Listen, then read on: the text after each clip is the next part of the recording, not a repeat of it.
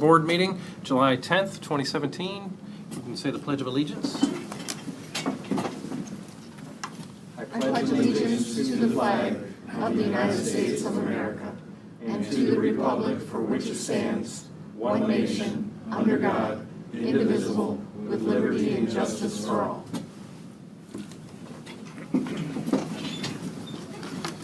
Roll call, please. Ms. McGuire. Here. Mr. Palmer. Here. Mr. Gajewski. Here. Mr. Cummings. Mr. Nordine. Here. Mr. Byer. Here. Mr. Weed. Here. For agenda additions, is there any additions to the agenda? I would like to add one, put it under other for number 2 to discuss the first responder report. Everybody agree to that? All right. Then I need a motion to approve the agenda. So moved. Support. Motion by Mr. Palmer, support by Ms. McGuire. All in favor say aye. Aye. All opposed? Motion's passed. Next is public comment. There's a 4-minute time limit for this first one. You have to fill out a card that's up front there and turn it into the superintendent. Do we have any cards? We do. First, we have Arnie LaRich, who would like to talk about the charter franchise agreement. Please introduce yourself when you come to the podium.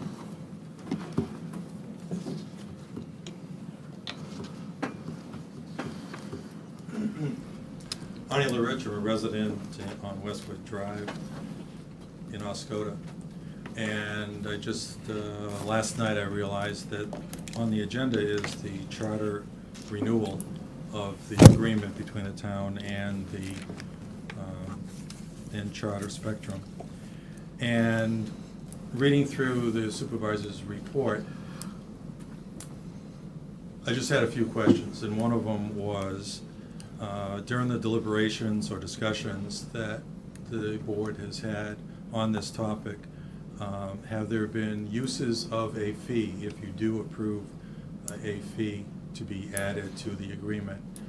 Have you thought of any particular uses of that money that, other than just blankly going into the general fund? Okay, then I would suggest that because of the coverage that charter has in the township is limited.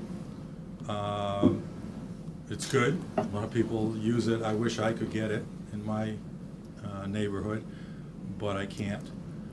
I'd have to pay something like $20,000, they told me a few years ago, to bring the cable 1,100 feet. However, there are other technologies that are available, and we have a lot of our township which does not have access to it. And the county has had a team working on broadband expansion in rural areas, and we've been working on that and doing surveys about implementing that. And I'd like to see if there could be some review or research to see if some of that money could be used to benefit the whole township and not just go to the general fund for other purposes. The schools, I know for a fact that there are children who do not have internet at their homes. And the schools are going more and more every day toward use of computers rather than hard copy books and homework assignments by use on the internet. So I would like to throw that out as just one example of how better broadband access throughout the township would be a good project for the township to look into. And there is a state agency called Connect Michigan that has resources to help the townships do that.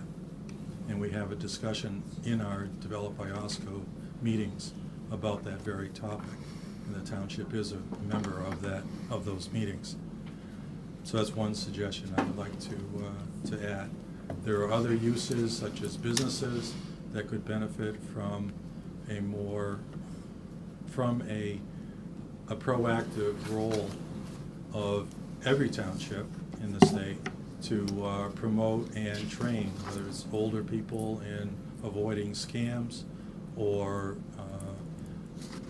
just for businesses to have a resource that's local to help them to be more competitive using social networking in the future and so forth. So it's just something I would suggest the township use some of that money to do that kind of a research. Thank you. Thank you. Do we have any other cards? We do. Mark Miller would like to talk about the same topic.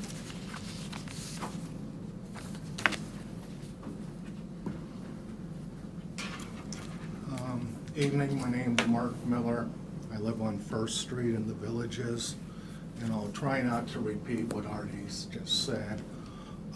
First of all, if you haven't already done so, I suggest you look at your copy of the July Michigan Township magazine. There's a 6+ page issue on lack of broadband access harms Michigan communities and economies. Quickly, my comments are, and I'm not familiar with Michigan state law, have you met the requirements for notice of putting the fee in effect? With the franchise agreement, the purpose of the fee, my understanding is most other communities throw it into the general fund, but I concur with Arnie's suggestions. And in taking a look at the fee, bear in mind that other communities that have the fee have seen about a 30% decline in revenue based on customers cutting cable. And I quickly skimmed through the Franchise Act, which is about 10 pages long, and there's some adjustment for low-income households of under 35,000. Thank you for your time. Thank you. Thank you. Any other cards? We do. Deborah Dexel would like to talk about the medical marijuana ordinance. Thank you. I listened to everybody last week and really tried to get an understanding of where you were coming from, both for and against. And I realize that there's a lot of information that I don't think you're aware of. And it is available at michigan.gov/documents/LARA, L-A-R-A. In our surrounding community, and this takes Alcona, Alpena, Aranac, Gladwin, Iosco, Ogama, and Oscoda counties, there are 3,613 people under the medical marijuana program. The only way you can be on this program is for a debilitating condition. This is not stress. This is not take the edge off. This is for a debilitating condition that is painful, and it's not going to easily go away, or it's not going to go away. 79.99% of the people under this program take cannabis for severe and chronic pain. It was referenced last meeting that it was a minor inconvenience to travel 3.5, 4 hours to go down to Ypsilanti, which is what I have to do to get medicine. And I'm talking quality medicine. I'm not talking stuff that you can hold up and you can't see through and you don't have a clue what you're ingesting. I'm talking quality medicine. That roughly equates to 7 to 8 hours road time only, and that doesn't include bathroom breaks, meal breaks, gas breaks, nothing. So I've not been able to do it in under 10.5 hours. I can't make that drive because I'm not strong enough. So I have to inconvenience somebody else to go with me and do that drive. Truthfully, the inconvenient truth on this is there is only one reason 3,613 people are begging you to move forward, and that is so we have access to quality medication in a safe environment that we want kept safe because it's where we live. When I go in to Ypsilanti, the first time I went there, my sister, we passed it 3 times. Finally, by GPS, we stopped. I got out and I started opening doors. It was that inconspicuous. It was the second door I opened. And you walk in, and I mean, there is a big wall that stops you from going much further. It's locked, it's sealed, you have to present your license and your driver's license. Nobody else is getting in there, and they're not hanging anything on the, like it was suggested that it would be all over the windows. It's not. You set it up the same way you would a pharmaceutical dispensary. We don't have opiates hanging from their windows. We don't have kids going in and stealing the opiates and coming out. Well, they get it other ways, but not legally. Same thing with a cannabis dispensary. We're asking you to help us to have medicine that we can access in a safe environment. And you're talking 3,600, 13 people, and that number is growing every year. In the past 4 years, it has grown by leaps and bounds.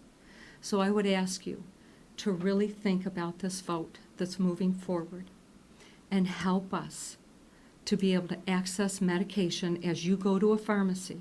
Imagine if you had to drive 3.5 hours to go get your heart medication, your antibiotics, your antidepressants, and all those medications have a whole slew of horrible, horrific problems that can occur.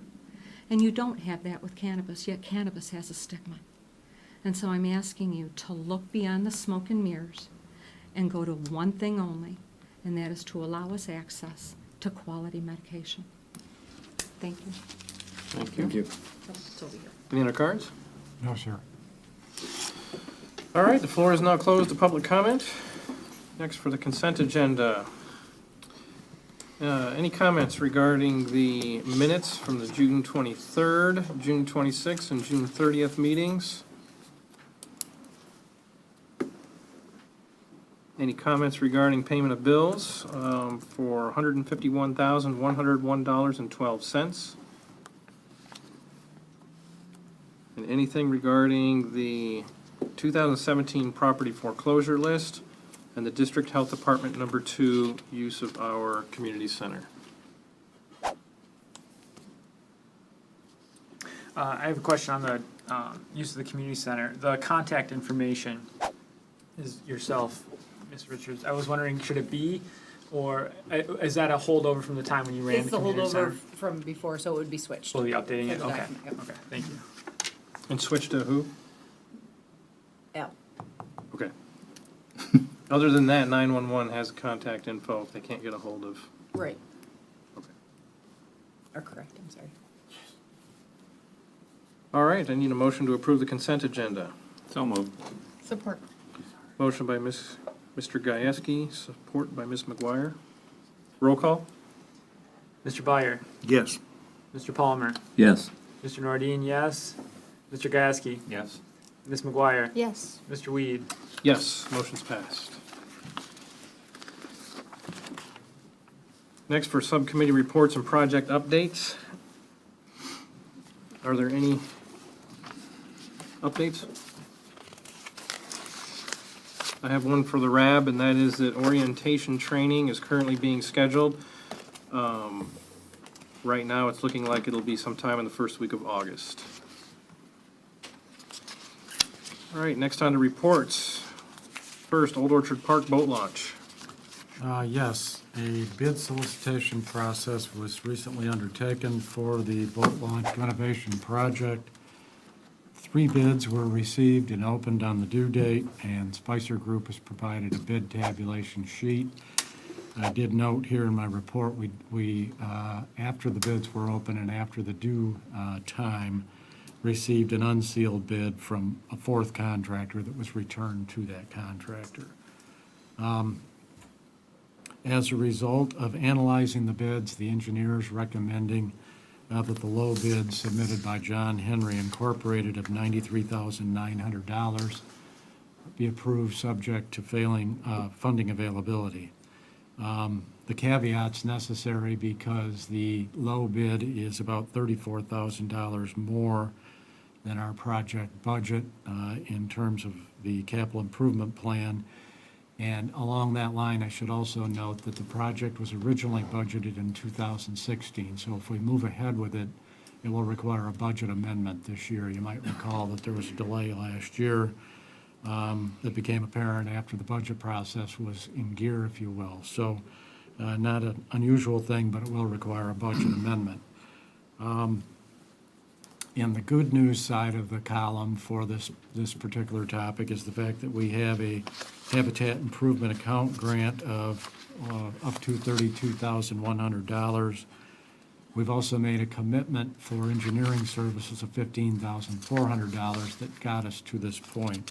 We haven't exhausted all those resources, but a significant portion of it. In considering moving forward, probably most importantly is the fact that we do have funds available to cover that overage. Even with a grant, again, there's going to be an overage. Specifically, we had at fiscal year in 2016, $225,000 approximately in the Old Orchard Capital Improvement Fund. And that's a fund that is established pursuant to the lease with Consumers Energy. We put transfer dollars into it each year. We would draw down that amount based on our 2017 budget by about $30,000. This project has been long regarded as a significant need at Old Orchard Park. The facility, the launch facility, is less than ideal, as witnessed by feedback to our park manager on a consistent basis. The enhancement project would benefit those patrons for many years to come. It would be more accessible and convenient and user-friendly. So for all those reasons, it's being recommended that the board accept the recommendation from the Spicer Group and award the bid to John Henry, subject to execution of the appropriate contract documents. I note also that the construction schedule, proposed schedule, I should say, is in the packet also. That would have the work initiating at the end of this month and being completed by the end of August.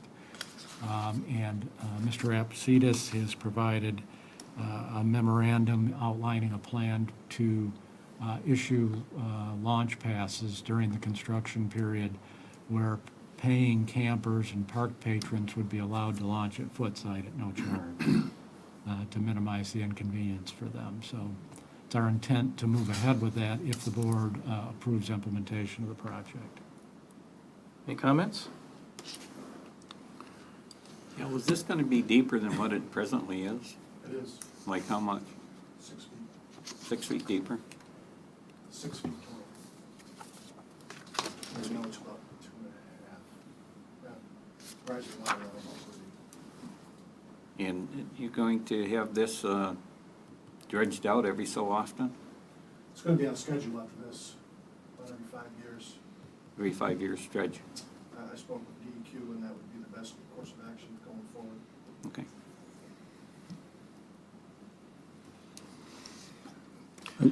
We've used that John Henry Excavating in the past. It seems to me they did the work on the lift station 25 That is correct. and came in under budget or within a appropriate time and that sort of thing. They conformed to the original. The original cost was over what the engineer's estimate was, but they did comply with the budget that was established. We've used them in the past on other projects with good result also. Right. In regard to our grant, there's a time frame requirement on that. I think we had it extended, didn't we? But We did. I believe the deadline is January of 2018. so we should, if we get this passed, easily meet that deadline. We should, yes. Al, do you get a lot of comment from your patrons out there about, why don't you do something about this boat launch?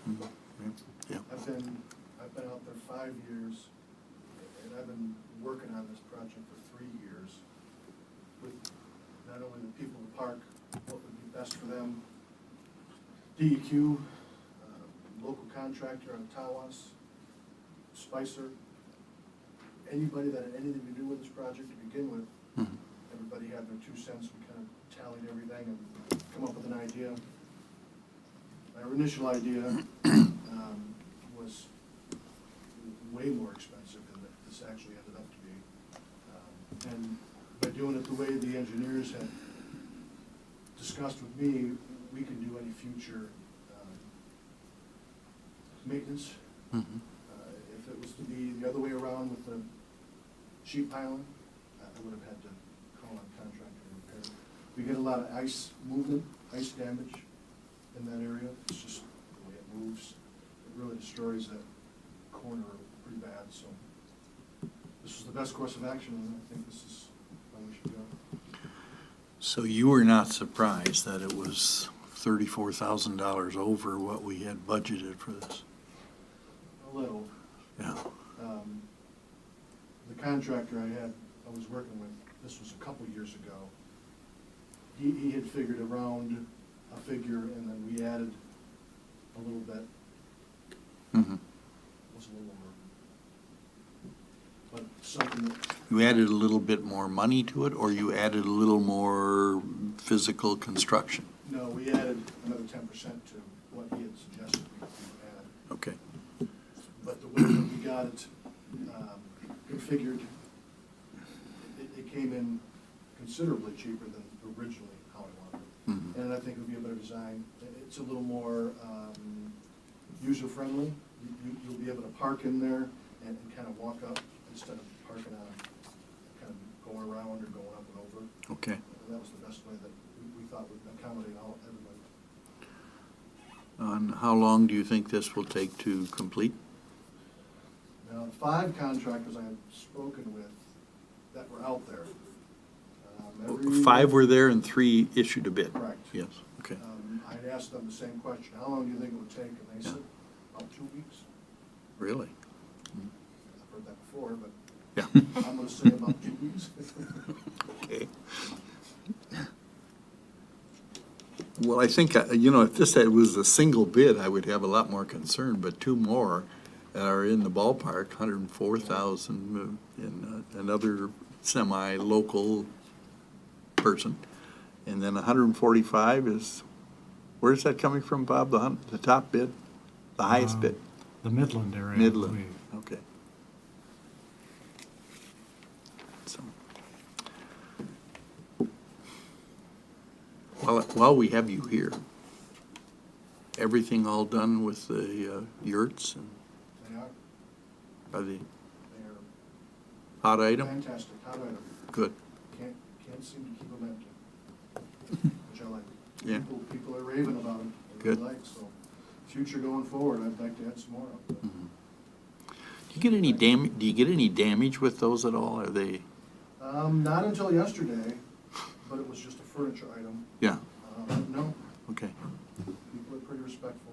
good. They held up to that hailstorm you had out there? They did very well. They have the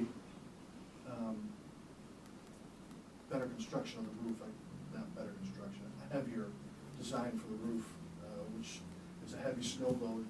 Okay. We get a lot of snow up there, it holds up to all that. No problems, not gonna lose it. Any other comments? I just think the project's long overdue, so I'm happy that it's finally getting off the ground. So with that, I'll make a motion that we accept the low bid from John Henry for $93,900, with the addition of Al's suggestion for the substitute permits for foot site in the meantime. Support. Motion by Ms. McGuire, support by Mr. Byer. Roll call? Mr. Gasky? Yes. Ms. McGuire? Yes. Mr. Byer? Yes. Mr. Nordine, yes. Mr. Palmer? Yes. Mr. Weed? Yes, motion's passed. Next, Charter Communications Local Franchise Agreement. Yes, in the packet is a proposed franchise agreement which was recently forwarded to us by Charter Communications. It was sent to us in anticipation of the agreement expiring in August. In 2006, the state of Michigan adopted legislation, Public Act 480, which standardized the franchise forms and the process. Prior to that, there was a lot more active negotiation and back and forth involved with the franchising process in local communities. If approved, the agreement would provide a 10-year extension, which I'm advised by our legal counsel is the norm with this particular form. The key question appears to be in considering the franchise, whether fees should be levied, franchise fees or PEG fees, I had thought when I put my report together. Based on subsequent feedback, I'm advised by a charter representative today that The PEG fees, we're not eligible to collect PEG fees because we have never done that. At least that's their position. And as I outlined in my report here, if we were going to consider levying a fee, in my estimation, the franchise fees are the better alternative because they're not limited in terms of their use in any way, is my understanding, whereas the PEG fees have to be invested in capital items for the PEG channels, if we even were eligible to levy them. I had gotten a preliminary estimate from Charter of what 1% would yield on an annualized basis. They said 17 to 19,000. However, after my report was transmitted, we received a more updated number, and that is actually 24 to 26,000. So from a mindset standpoint, I think 1% equals 25,000 for purposes of our discussion this evening. The board has the ability to maintain our current posture, which is no franchise fee, or move up to 5%. That would be the cap. We can also do fractions if we want. Some communities choose 1.5%, 2.5%, whatever they feel comfortable with. In considering the franchise fee, the board should be clear that it is passed directly through to the customers. It's not an expense of the cable company. They pass it through to the customers, and my understanding is it's usually acknowledged as such on the bill, so that it's a township fee. In terms of the norm, I'm advised by the telecommunications attorneys we've used for many years with these matters that 5%, most communities levy 5% or towards the top of that spectrum. There's, as you might expect, quite a variety, but the norm is to levy towards the top end. I'm not suggesting we do that, but I think it's relevant information. And the underlying premise is that the company is compensating the community for their use of the right-of-ways from which they benefit, obviously, the public rights-of-way. Unfortunately, we have a time constraint in that the 30-day review period, as referenced in the agreement, is passed.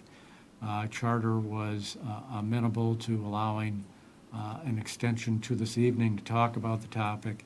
Based on discussion today, they might consider an additional 2 weeks, but clearly would be much more comfortable with a decision this evening if we can do that.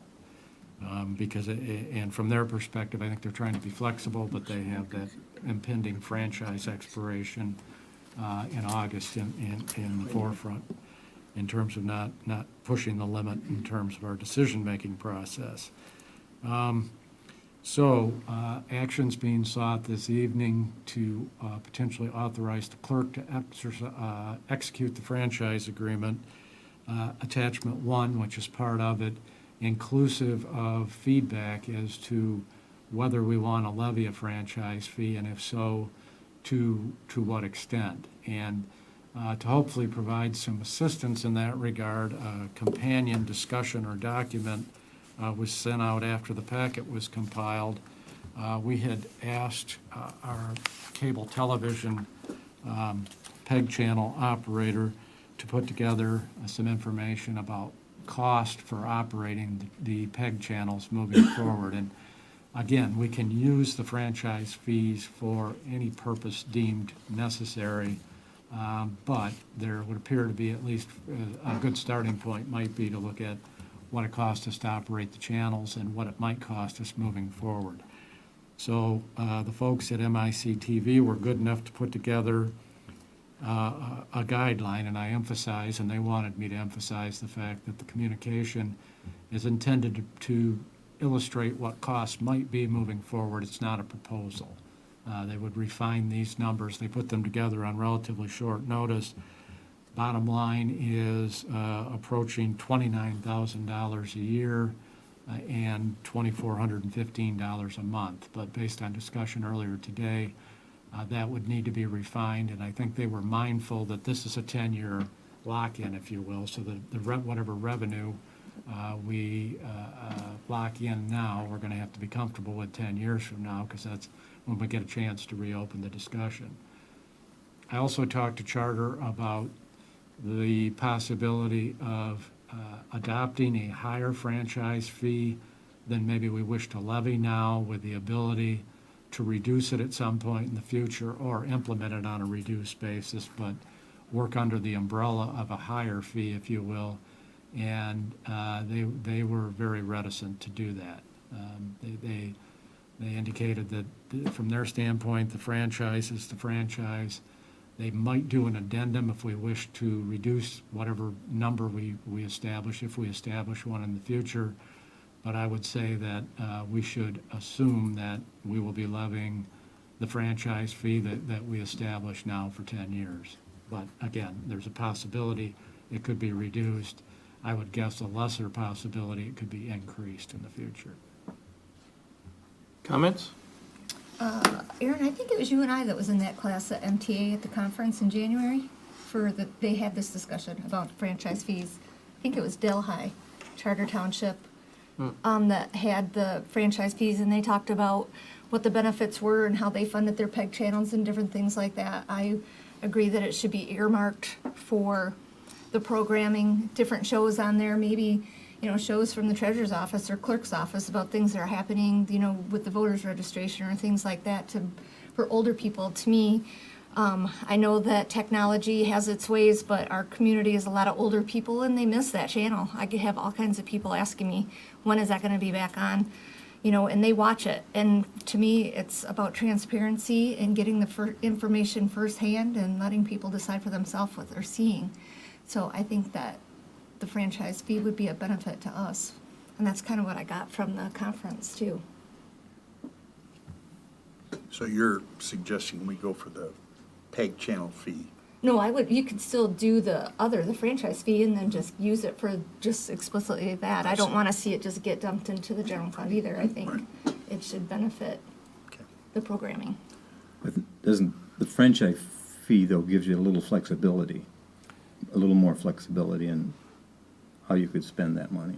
Actually, quite a bit more, yes. Yes. Absolutely. So if we wanted to put an effort, like Mr. Rich said, about trying to expand the broadband coverage or something, that money could be used for something in that regard. Yeah. I'm not suggesting we do that, but, because I don't know what would be involved with that, but some of that money could be used in an effort to that extent. And I think it's a valuable service to the people. I know now they're getting it online with the Facebook, but, there's a lot of people in the township that don't have access to the internet. And I think a lot of those might have access to television stations. And I think it's a valuable service. And obviously, television production is an equipment-intensive business. And I think, they're a not-for-profit organization, but that doesn't mean they don't have costs and expense. And I would like to see us support that and put a quality product on the air. And I think, to me, the only question is what percentage we would ask for on the franchise fee. And I'd like to keep that at kind of a minimum to affect people's bills, but I would say up to 5% on say $100 charter bill. Each percent would be $1. I don't think that's unreasonable to charge to have this service provided. So, according to what the MIC proposed, if I remember right, they were suggesting a 2% fee, I believe. Charger subscriber would be sufficient. According to at 25,000, that would generate roughly $50,000 a year in revenue. That seems reasonable to me. I have some questions. How is it that this deadline all of a sudden is right now, or we need an extension? How did that happen? Well, the document was in the building for a while before it got to my desk. I see. It's just one of those things. And then the 30-day time frame was not immediately apparent. Okay. That's what happened. And I guess I'll take responsibility for that, but that's essentially what happened. It was in the building for a while, and then But you have the opinion or the idea that they will give us an extension, or if we act tonight, we're okay? we're fine tonight, for certain. They've committed to that, and I believe they would give us an additional 2 weeks. Okay. This 10-year, Bob, deal, is this a new state regulation, or the 10-year length? I believe it came with the 2006 law, which governs these franchises now and I see. attempts to standardize them. So we have no choice in that. We can't say we'll go for this percentage for 5 years. No, my understanding is that's standardized based on feedback. Well, I think what Bill said, using the money, earmarking the money, if we decide to go for some percentage, makes it a little easier for the public to digest, rather than just like throwing a rock in a pool of water and it disappears, something that people can see. Gentlemen, you mentioned that some communities raised the rates or applied the rates, and there was a loss of how many customers? About a 30% revenue loss.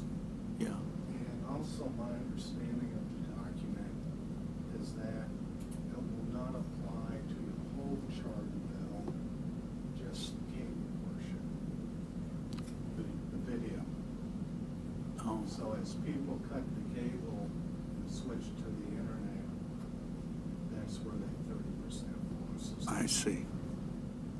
30% loss in income, not 30% loss of customers. 30% of the people just saying, I'm out of here.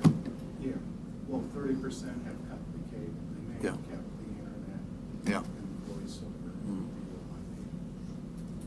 I agree. I think that, that this is a good opportunity to create a revenue stream and to provide a more quality PEG channel, to get it started again, have good programming on it, have the equipment that we really need for it, make sure we comply with the FCC rules. But I think we need to be mindful of just that comment made by Mr. Miller, that there is also a reduction in customers over time. So I think if we don't have it at a high enough fee, that could have a much greater impact within a short period of time. My preference would be around 3%, but then I think that we can spend some time in the finance work group session that we have coming this fall to determine exactly how that money should be utilized. That time we'll know approximately what we're gonna be dealing with. Right. Yeah, we'll have We'll have some idea. much more concrete information by then. 3%. And I have 2 cable bills, so. Oh, yeah. So do I. I have two, too.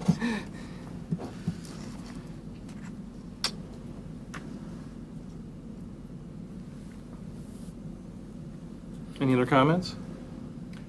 One comment, going back to the question that Mr. Byer asked, if there were a desire to look at a shortened term, we should probably talk about that, just in the remote possibility that that's an option of any type.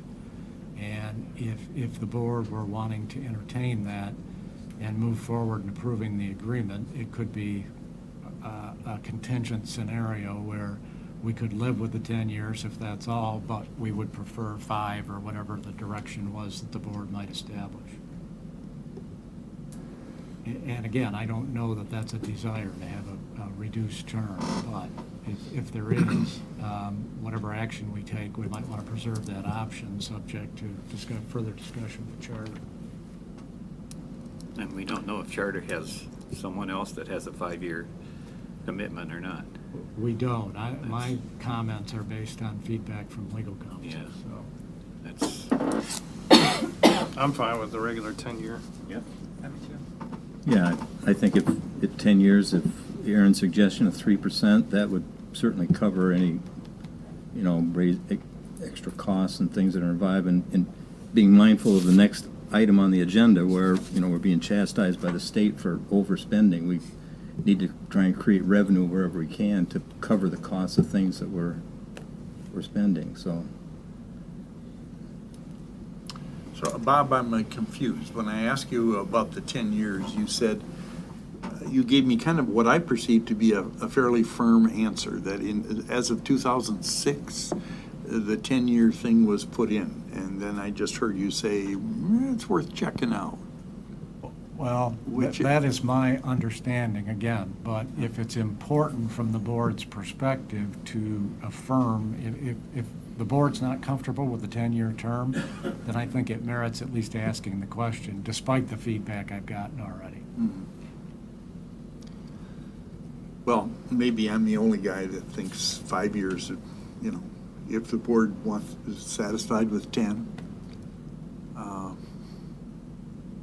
I think 5 would be a better deal, but I don't want to hold it up unless I have other support. I think I'm actually with Jim. Don't faint. I think that'd give us enough time to kind of weigh in, get our feet wet with it, and see where we're spending the money and where it's needed. And 10 years is a long time. So I'd be okay if we could do the 5. I mean, if the option is 10, then so be it, but I'd like to see the 5-year. What would that do to our deadline? So if we can't, well, we're gonna have to negotiate this within the next few days, right? And see, so if we can get it down to 5 years, then we could go with that. Otherwise, we just It's go with the 10, 10, right? Exactly. Yeah. That's what I'm envisioning, yes. Well, 11 years have passed, 10 or 11, since this legislation of 2006. Surely it would be easy to determine whether some communities have less than 10. And if they do, our case is pretty strong, I would think.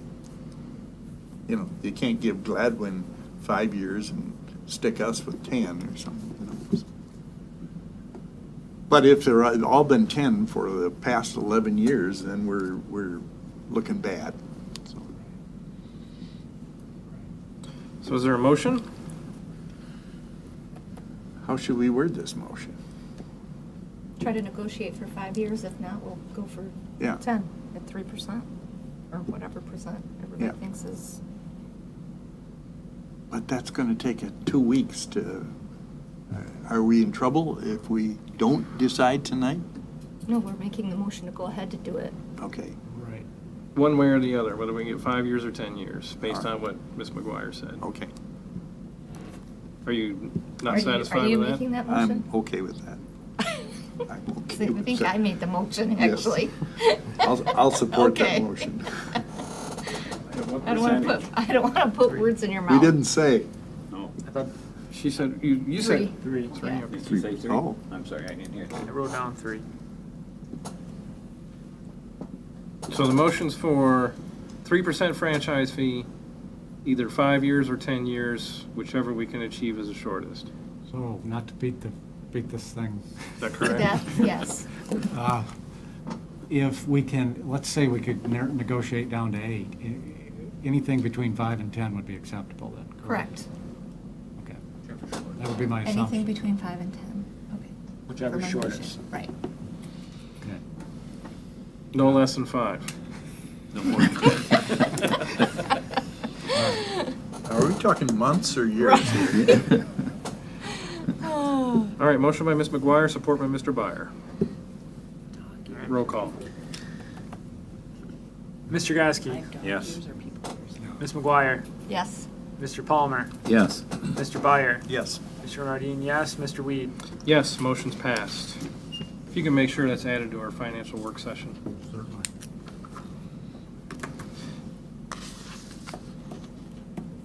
Next, Department of Treasury Corrective Action Plan.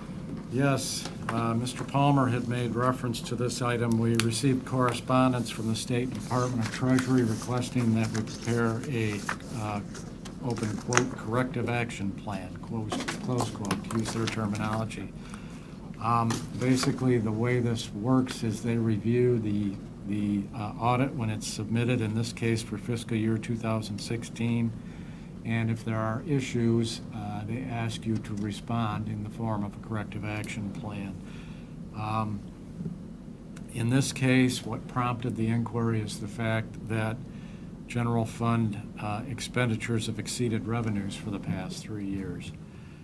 And what the corrective action plan acknowledges is basically the fact that we use interfund transfers, and we have for some time, to deal with that issue, primarily from Old Orchard Park. It's recurring and reliable, also from other funds. And we are also looking at scenarios through our millage committee to generate additional revenues. We acknowledge that we're aware of the problem that's been there since at least 2009, the challenge. And essentially, we're taking steps each year to budget to deal with it and looking at a longer-term approach. I also had attached excerpt from the audit. It was the 2016 excerpt. 2017 was mailed out subsequently. But basically, there are specific issues in the audit, deficiencies that they are asking us to respond to. The audit document actually does that. When I talked to the Treasury representative, she suggested we simply send in the excerpt from the audit. So having said all that, I'm hopeful that they will consider the submittal responsive. If not, we may have to put together more information. Time will tell. Comments?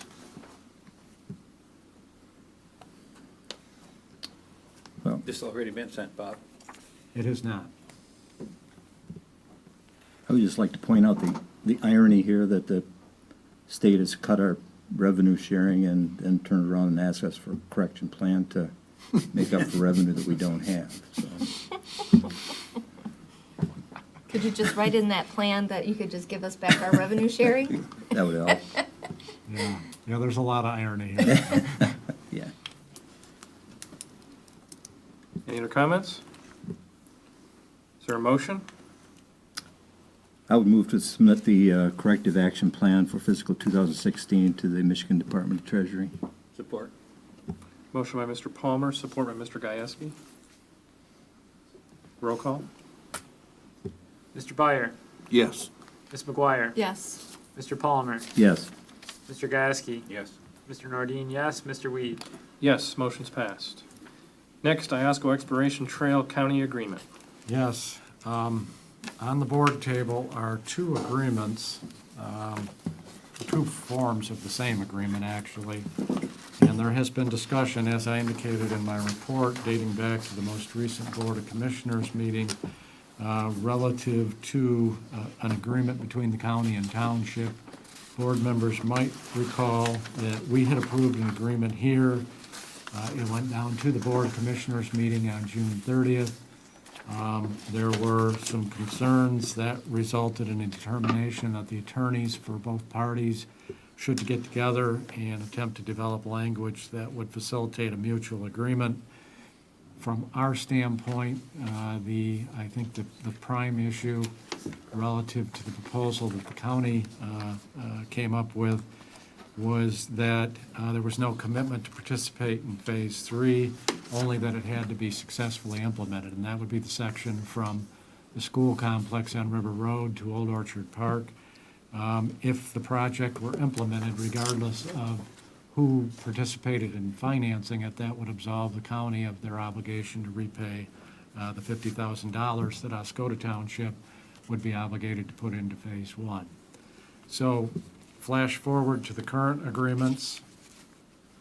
Item 1 is essentially consistent with the agreement the board had been provided, I believe, earlier today, with one exception, and that is Phase 1 in the commitment paragraph was Phase 3 before, and the correct identification of the phase here is in fact 1. So that's been constructed or corrected.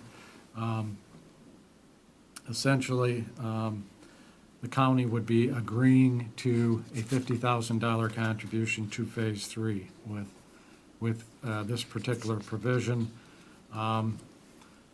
In discussing this document further with the county, subsequently today, some additional changes evolved which are reflected in version 2, which is also on the board table.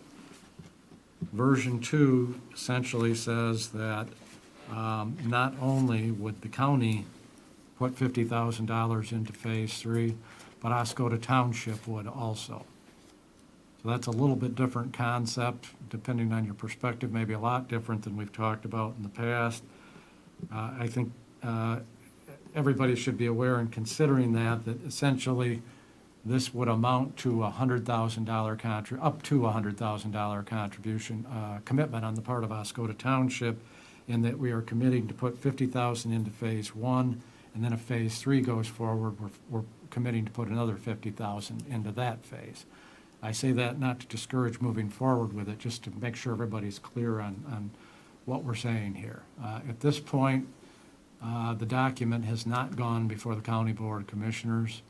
They are hopeful, I think, at least through their legal representative, that we will establish a clear direction and then give them a basis to talk about the agreement moving forward. So we have version 1, which essentially reflects our original concept for the most part, and then version 2, which reflects subsequent discussion. So ideally, we would establish a direction this evening and approve one or the other, based on the board's preference and willingness to make a commitment in specific for Phase 3. I am good with version 2. I think this gives them a better sense of security that we are also going to contribute to Phase 3, which I believe that all of us plan to do anyways. So I think that will give them the comfort level they're looking for in this agreement.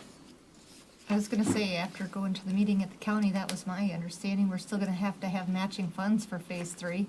So we knew that we were going to be contributing something. Right. Yeah, I would agree. I prefer version 2. I think it's clearly defines what we're shooting for here and getting, because if we weren't contributing to Phase 1, then that would, if we had planned to put 50,000 in Phase 1 and 50,000 into Phase 3, if we weren't putting the 50,000 in Phase 1, that would give us 100,000 to put into Phase 3. So by the county making up that 50,000, then that still appropriates $100,000 towards commitments for Phase 3, and that seems like a better path to me. For clarification's sake, also, it's a minimum of $50,000 in Right. Phase 3, Yeah. just so everybody's aware of that. And then if Phase 3 were not to happen, the county would retain the obligation to essentially repay us the $50,000. So that's consistent with where we started in the discussion, which seems like a long time ago now. And this would clearly get us over the legal hurdle that we were looking at. That is my understanding, yes. Any other comments?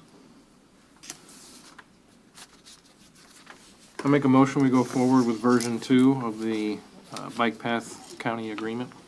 Support. Motion by Mr. Weed, support by Mr. Palmer. Roll call? Mr. Nordine, yes.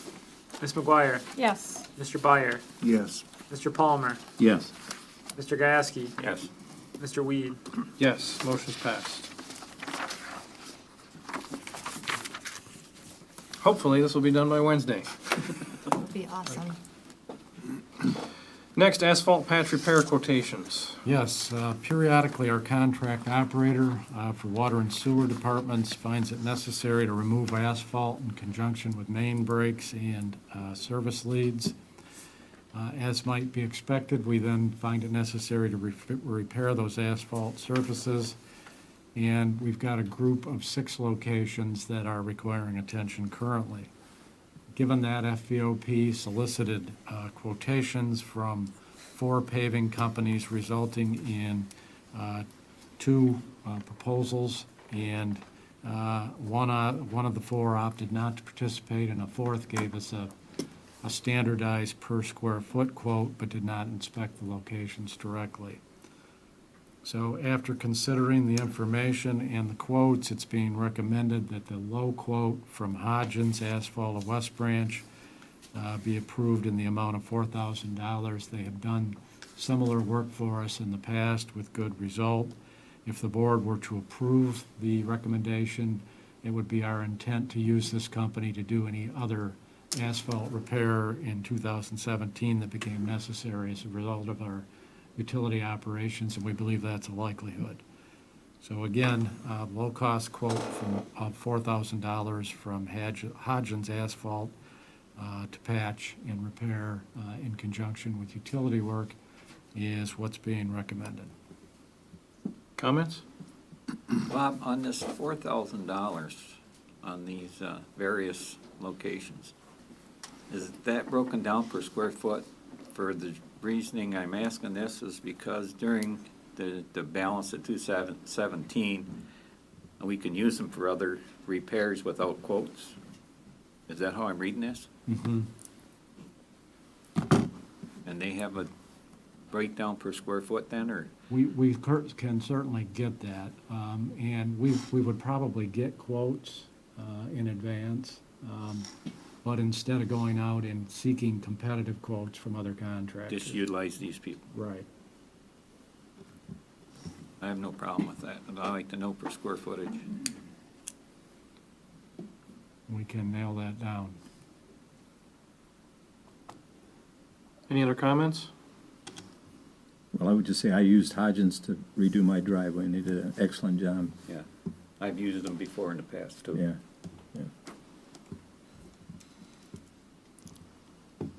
Is there a motion? Yes, I'll make the motion that we go ahead with Hodgins of West Branch for the amount of $4,000.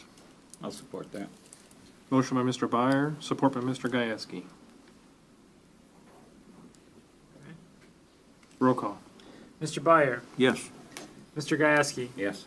Ms. McGuire, Yes. Mr. Palmer, Yes. Mr. Nordine, yes, Mr. Weed. Yes, motion's passed.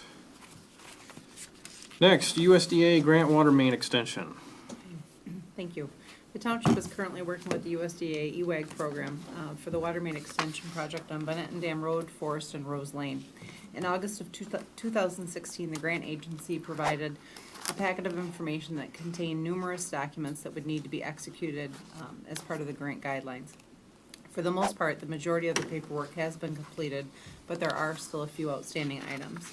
Tonight, I would like to discuss one of those outstanding items. The grant agency provided a sample document entitled USDA Michigan Guide 4 Attachment 3 document to use as a template.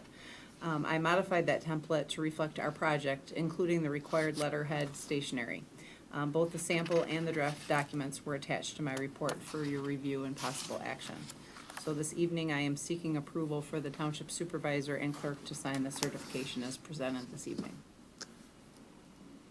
Comments?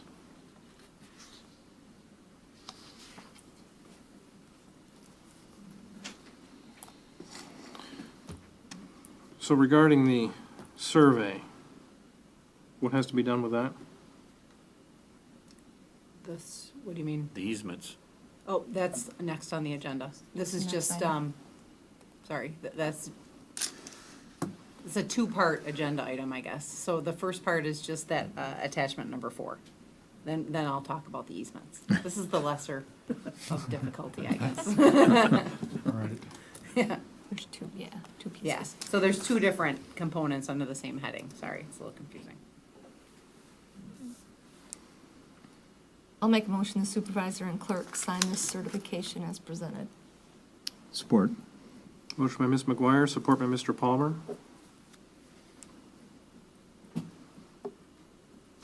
Roll call. Ms. McGuire, Yes. Mr. Palmer, Yes. Mr. Gieske, Yes. Mr. Nordine, yes, Mr. Byer, Yes. Mr. Weed. Yes, motion's passed.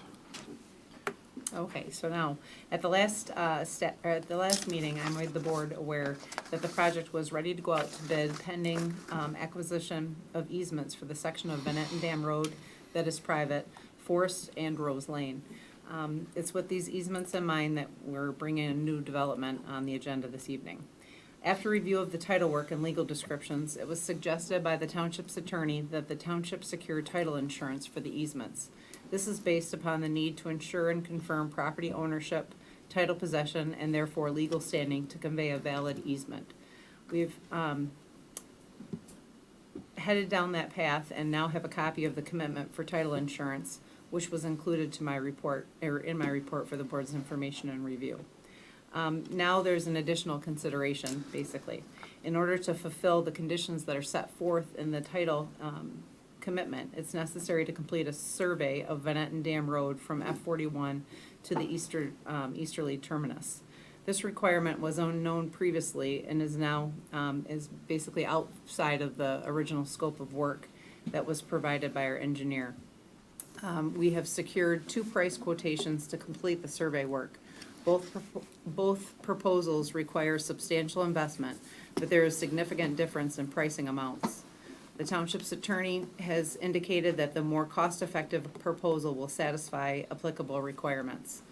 Should the board decide that additional proposals are not necessary and are ready to authorize moving forward this evening with the apparent low bidder, at this time, specific details about those proposals could be discussed.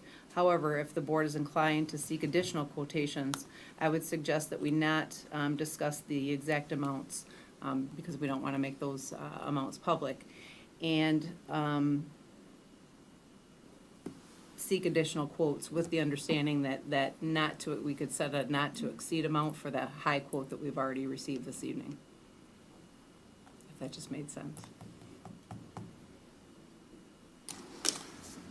So we have 2 price quotes on hand. I would rather not, I don't suggest that we reveal those amounts this evening if you still want to seek additional price quotes, because we wouldn't want to make those public.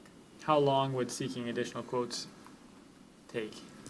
Well, there's a list of several people that we could contact, but I don't know how quickly. I mean, the last price quote, I think each vendor took about 4 to 5 days to provide a price quote. So I would estimate within a week, I guess would be my guess, best guess. But again, there was quite a big difference in the dollar amounts, and the attorney has reviewed the lower bid and is confident that the survey that we would be provided with that proposal would be adequate. Well, we are familiar with the lowest cost provider, and there's a comfort level in terms of that provider being able to satisfy the scope of work and move the project along. I think we've got pretty tight time crunch coming up on us, so I'm not sure if we can afford to lose any more days on this project. Agree. Yeah, it seems like if we had 2 bids, we have something to compare, and if the attorney feels like the low bid, and we're familiar with them, would do the job, I would say go with the low bid that we have. Move this forward. That would be good. Yeah. I would agree. Yeah. So what I would, so actually the low bid amount then would be $9,000. I make a motion, we go forward with the survey work with a low bidder at $9,000. Support. Motion by Mr. Weed, support by Mr. Palmer. Roll call. Ms. McGuire, Yes. Mr. Palmer, Yes. Mr. Gasky, Yes.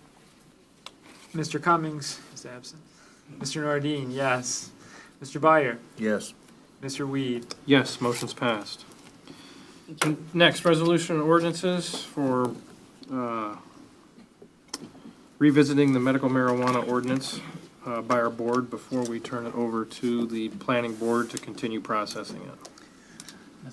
I had some questions about mostly the facilities allowed in different zones, the different licenses allowed in different zones. I see some new zones under different license types that I did not expect to see. I don't understand how they, how or when they were included. Processor license, originally, to my understanding, we only talked about zoning districts eligible for that license being industrial and wordsmith industrial. In this latest revision, I see WB3, Wordsmith Business District. Also, the secured transporter originally only talked about industrial and wordsmith industrial. Now I see WB3, Wordsmith Business District, and B2, General Business District. To my knowledge and recollection, we never discussed any of those. And then the version released right before our last discussion included those. So I was surprised to see them. I was just wondering what the thought was or where they came from, I guess. Well, I guess the thought was that the Wordsmith Industrial District and the Wordsmith Business District are sort of the same general area. The transporters, that's like a trucking business, so that could be, I mean, that literally could be in any business district without a problem. And so that was our thinking, was to allow in a safety compliance facility, that's like a medical lab. I mean, we didn't see a problem with having that in a business district. We've taken the B1 district out of all consideration for any facilities. And we've changed from originally having unlimited number to just having 2 facilities allowed in the township, period. So and that's why we thought if someone wanted to put a facility in the Wordsmith Industrial and still wanted to have a facility, someone else came up with a second application, they would have a couple more districts to look at for those facilities. I appreciate the concessions we've all made, the compromise the board has come to.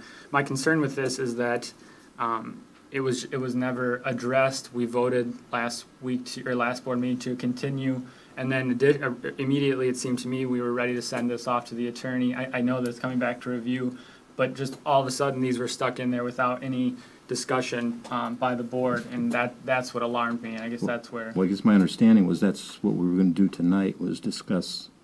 This is our final proposal that we've come up with a draft to send to the attorney, because the only thing that the attorney could not determine would be which facilities we want to allow and what districts they would be in. That is totally our decision to make. I agree. The reason I wanted to discuss this is exactly that fact. It was my understanding we were just going to send this off with the board's approval with these added allowances, and that's why I want to bring it and point out the fact that I don't support those, and I don't. I feel uncomfortable with the way that it's unfolded. What would you like to see? I'd like to see it go back to the original proposed, that would be striking WB3 and B2 from the secured transporter, and WB3 from the processor as originally agreed upon, at least by myself, with prior discussions here. This currently it seems to contradict the zoning districts and license types later in the ordinance, page 90 in the handout, versus pages 87 and 85 in the board packet here. The ordinance seems to contradict itself with this new added change, and the later part in the ordinance seems to have the old language.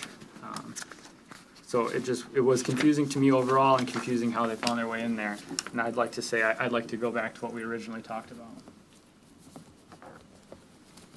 When were they added, these changes? Since our last meeting, or? Nope, to my knowledge, right before our last meeting, but without any discussion had by this board prompting the addition, and no discussion before our last discussion about this as a general topic. There was nothing mentioned about them being added. That's, John, that's, to go back to the last meeting, that's why you were, adamant about having discussions about it. Yes, further. exactly, because I felt, I wasn't Right. sure they were going to be talked about. I wanted to at least have A chance this to conversation address that. before it was sent to the attorney, before we proceed further. And with the way this is unfolded, I was unsure personally, no fault to anyone else, when to bring this up, before the discussion yesterday or after. I figured in the essence of keeping, not yesterday, last meeting, essence of keeping that discussion pure and on point, decided to bring it up after that vote. So I guess what we need, we've made recommendations in the, it was my understanding the primary hurdle was the B1 district for dispensary, so we took that off the Absolutely. table out of the Absolutely. consideration. Sure. I guess we really need, I guess, direct input from the board. We've discussed things and tried to interpret various conversations and take that back to our subcommittee and evaluate those and trying to make changes, which we've done. I thought the biggest one was reducing all the facilities to just 2 of each license. So I guess what we really need to decide as a board is specifically which districts the board is comfortable with having the various facilities in. I agree. I think B1 was the major hurdle, was the big first hurdle. We got over that, and then this seems to be, at least in my mind, a second hurdle that's been added after we got over the first one. So in the idea of clear input, I'd like to go back to what was originally discussed in the previous ordinances, simply striking the B1 district as discussed and limiting them to 2. So again, that would be then removing WB3 as a processor potential, and removing WB3 and B2 as a secured transporter potential license. So you would only want those in the industrial part of Yes, Wordsmith. absolutely. I don't mean to be combative or quibble over details here, but that is what we discussed the first 2 times we did this. So I don't think that's crazy to revert back to that. It's what the board discussed, it's what the board agreed on, and then these were added later. So I'm very comfortable with just industrial and Wordsmith industrial for both of those, as we discussed. What is the objection to WB3? I guess I don't understand that part of your objection, because they're basically a lot of the same. They are basically area. the same, but they are 2 separate districts as it stands right now. Draw the line somewhere, and for me, I draw it between the 2 districts. I'd like to keep the industrial more in the industrial sector of the old Wordsmith space for now. The WB3 brings it, in my mind, brings it closer to, further from the industrial by the runway, closer to the villages, closer to the senior condos that are right there. I guess I would ask, what's the benefit then is to get more in on the old base by allowing them the 2 districts with the limiting cap of 2? That's the reason for putting them in? Mhm.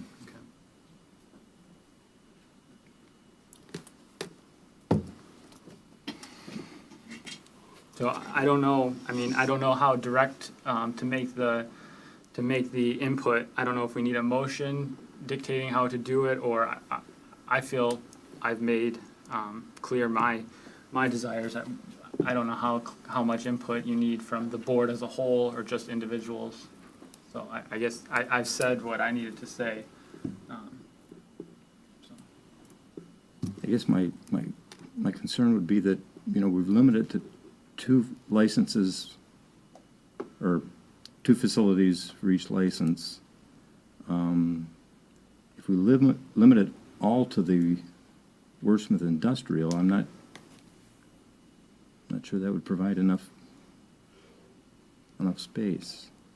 I think there's lots of, I've heard referenced many times, there's a lot of empty buildings, empty real estate on the old base in those sections. I personally think there'd be enough. But Well, and one other thing to consider is this, whatever we decide on is not carved in stone. sure. So it can be changed. And the other point to make is that all of these would have to come before the planning commission for site approval.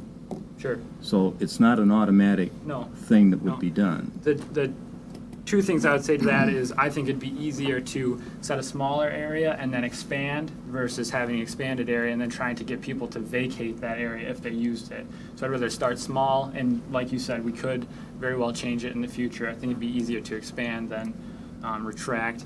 And about the planning commission, I completely agree about the site plans. I'd rather be a little bit more conservative than maybe we've tended to be thus far in the process, so. And it sounds like, John, there's some contradiction in some of the things in the writings. Maybe that's something we need to table this and he can sit down with the people that wrote it and go over those concerns of his. If it's contradicting what it's saying, to John's point. Yeah, at least from my point of view, and Right. I'm fine with me, I don't. Is the Ani Medical Center in WB 3? WB. It's kind of, it's, Ani Medical is, and then the senior condos and all the vacant property around it are WB3, but then, so, sorry, I'm like, that's like here where the dining hall was, and then, I forget what the road is, but then the next street over is industrial. Okay. So you have industrial, Where you know, that Carlos's way, and then you have place. industrial Okay. across, over by the community center in that way. But then the library, Shoreline Players, the property that's now vacant where we tore down the buildings, the Circle of Flags are all WB. But then there's that kind of a weird little, like where Tip Top Screw is, that little building there is industrial. So it was kind of a little odd. Yeah, variance. Right, What district is the Ani Medical Center in? WB, WB. WB3. So when that building is vacated, and if somebody wanted to put a testing lab in there, if we didn't, we wouldn't be able to if we limit it to industrial, right? Correct. Correct, unless you added that use to that. You could do a variance for that building, couldn't Right. you? Well, you could add a use to the WB3, couldn't you? You could make it a special land use. Yeah, special land use, right. Well, but I'm saying if we take WB3 off the table for that, then it wouldn't be allowed in that It wouldn't- building. Right, it wouldn't be allowed right now, but just like as other times you've, like John is saying, we've amended things to allow that use as a special, a special permitted use. Yeah, we could. So you could always add it. We could Correct. change that zoning Right. requirement, if somebody were interested in doing that. Right, Okay. because then right behind it is the Oscoda Plastics, that's all industrial. Right. And the statute mandates that the growers have to be in industrial or agricultural, so those are set. So if we have the processors in the Wordsmith Industrial, and the secured transporters in industrial and Wordsmith Industrial, provisioning centers 2 and B2 and WB3, and then the safety compliance in industrial, Wordsmith Industrial, that would be, Sure. I believe that's where we were before. Yep, exactly. And actually, safety compliance facility was previously discussed B2 and WB3. Right. I could be okay with that, so. Okay. So safety and compliance, you're good with all 4? Yep, that's how it was previously in the Okay. previous 2 revisions, and I was okay with that then, so. The safety compliance with all 4? Was in all 4. I would be okay with bringing them back onto the I and WI if I had, but in the sense of not pushing back too far. That was how it was before, and I was okay with it then. I'm okay with it now. Okay, So so unless you if want we to make go- those changes, then Mhm. we'll send it on to the attorney, is that? Yeah, and then the contradictions that I perceived later on possibly. And the only other question I had, there was two sets of definitions. These questions might be better served to be asked, on a weekday during the office hours. But there seems to be 2 sets of definitions. I was just curious why there'd be two definitions clauses, but so just a few minor language things. But hopefully the attorney would catch those anyways. Well, that's, But I thought if we could catch them before. we save ourselves we some drafted money. it based on the statute Sure. and followed the guidelines of the statute from the state, and like I said before, what the attorney can determine is which licenses we allow and what zoning districts. He will work out the wording, probably change some of our wording and make Sure, all so- that clear. Yes, in essence, strike those few that I mentioned, and then possibly the wording contradiction that he may catch. And so, I guess then what you're saying is, we'll make those changes and then forward it to the attorney. And then once we have that back from the attorney, then we can bring it back to the board to vote on the actual ordinance itself. Sounds good to me. Okay. So, Is that a motion, John? That is a motion.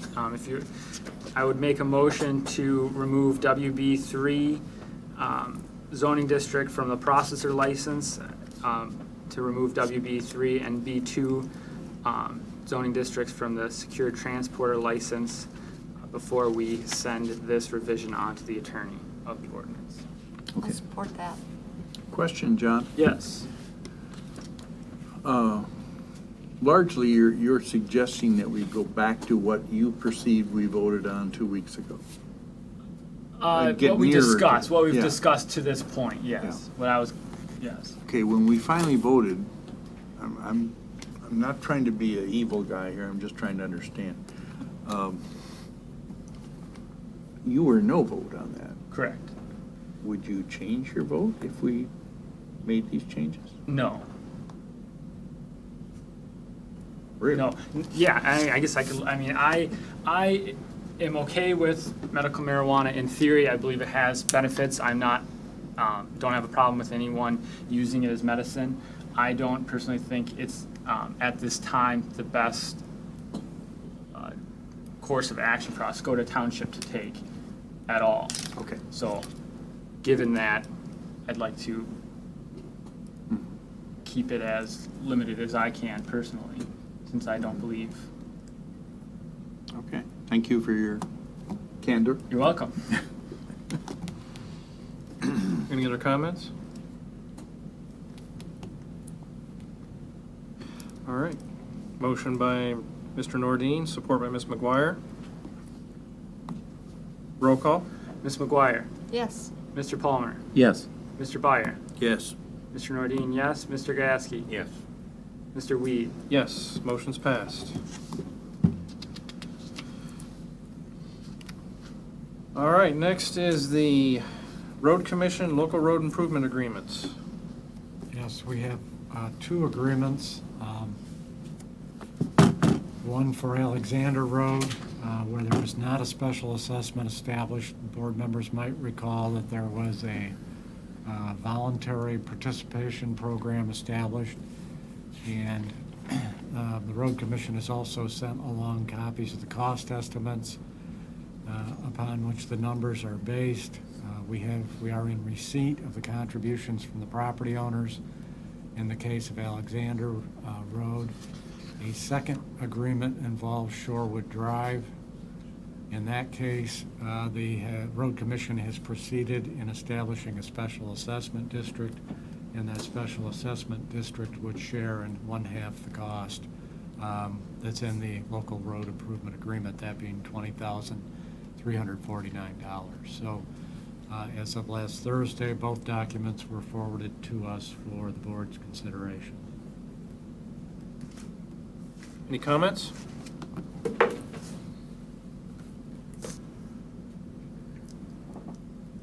Do you know when they'd be able to start this? We approved?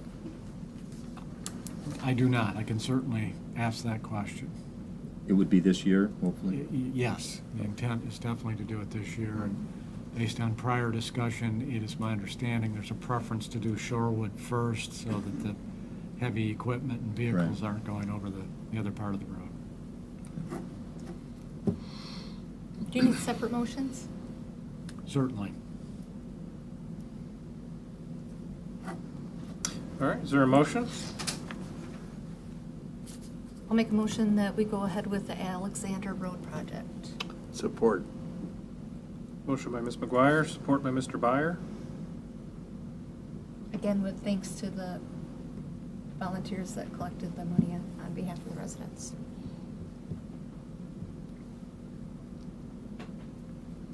Roll call? Mr. Byer, Yes. Mr. Palmer, Yes. Mr. Nordine, yes. Mr. Gieske? Yes. Ms. McGuire? Yes. Mr. Weed? Yes. Is there another motion? I would move that we go ahead with the Sherwood Drive proposal. Support. Motion by Mr. Palmer, support by Mr. Gieske. Roll call. Mr. Gieske? Yes. Ms. McGuire? Yes. Mr. Byer? Yes. Mr. Nordine, yes. Mr. Palmer? Yes. Mr. Weed? Yes, motion's passed. All right. Get some pavement laid. Next, first responder report. We had talked at the work session last Friday about the response times from the ambulance service. One of them on the first responders report showed a 45-minute response time. Did you confirm if that was accurate or not? I have not had a chance to do that yet, but I Okay. certainly will. Yes. On the last few reports we've had on this, I've been very concerned about the amount of time it's taken for the ambulance to show up in some cases. Here, even on this one, there's a 31-minute, 25-minute, 23-minute. And then on other reports, there's those that are over 20 minutes also, so. I hope we can get something done, the county can make some improvements to reduce their response times. How many do we have up here? 2 or 1? One. I thought by adding the 5th ambulance, that was going to take care of that. We have 4.5 ambulances. Oh. But apparently there's been occasionally some times where there has been no ambulances in our county. In the county? In the county. And there have been times that surrounding counties have been short and have needed ambulances from Oscoda County when we were very short. So I'd like to do some data collection and find out for sure what the facts are on that.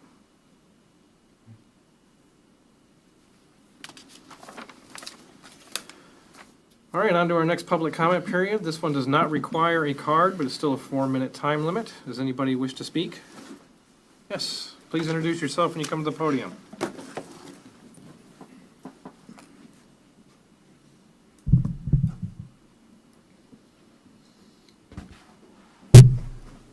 Robert Tazier, Hillcrest Drive, Oscoda. I was shocked to see a report recently that came, a grant that was given to Saginaw Valley State University nursing school. They got a grant going to rural townships for that are in desperate need of nursing care. And Iosco County was ranked 82 out of 83 counties. That's all I have to say about that.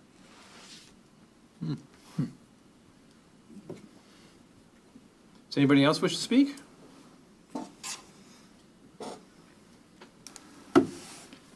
All right, then on to board comments. Any comments from the board members? Yeah, I'm a bit of a sign geek, and I've been critical in the past. I remember Rose being here from the chamber and talking about signs for art on the beach, and she mentioned a sign in front of the chamber offices, and I kind of snapped out an answer. I am not impressed with that sign. It's a little rough, but I'd like to try to create a little balance. In returning here late this afternoon, I noticed the new full-size billboard just north of Augrey regarding our movie schedule. And what is the title, Ann? Starry Nights at the Pier. Starry Nights, a beautiful picture, and you know, about the free movie schedule down at the pier, beautiful picture of the pier at night. Who's responsible for that?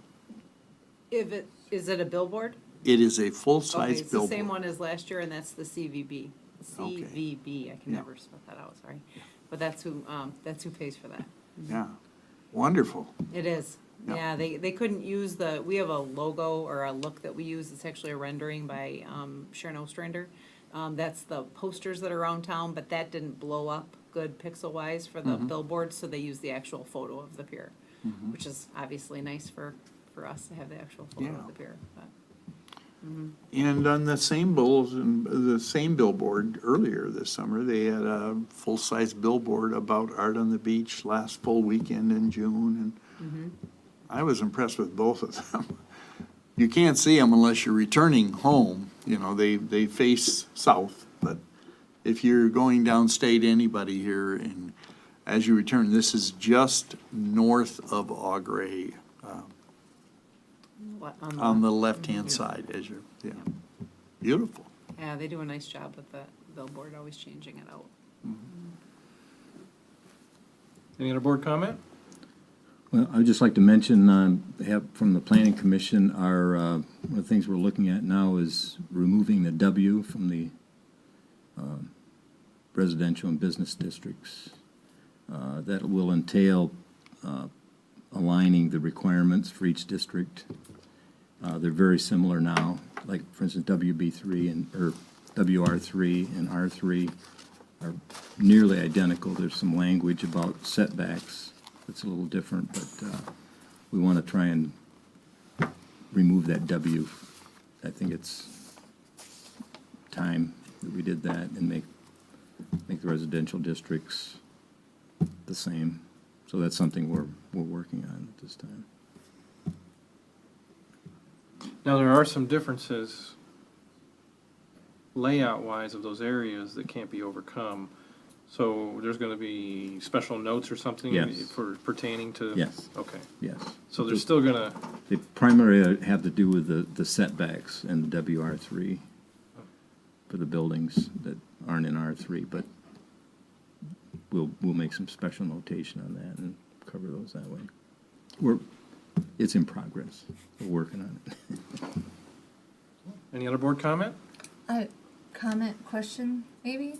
Talking about the ambulances, I know on different trips down south, I pass our ambulances coming back from transporting people. Who benefits from that? Who gets that revenue from that? Do we know? I believe it is the county, and it's used to offset the cost of operating the service, but that would probably be a question best put to them directly. Okay.